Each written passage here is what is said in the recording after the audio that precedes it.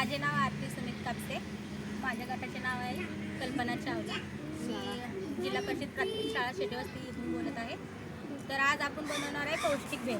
तर कशापासून मी पौष्टिक भेळ बनवत आहे त्याची रेसिपी बघा तुम्ही. हे कडधान्य आहे, मोड आलेले उसळ, शिजवलेले बटाटा, कांदा, टमाटी आणि कोथिंबीर. आपल्याकडे जी भाजी अवेलेबल आहे ती टाकू शकता तुम्ही. हे फरसाण, शेव, वरून तिखट मीठ,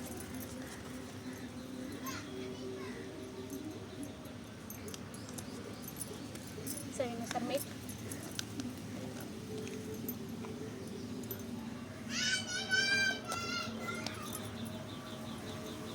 लिंबू. तर हे सगळं मिक्स करून घ्यायचं.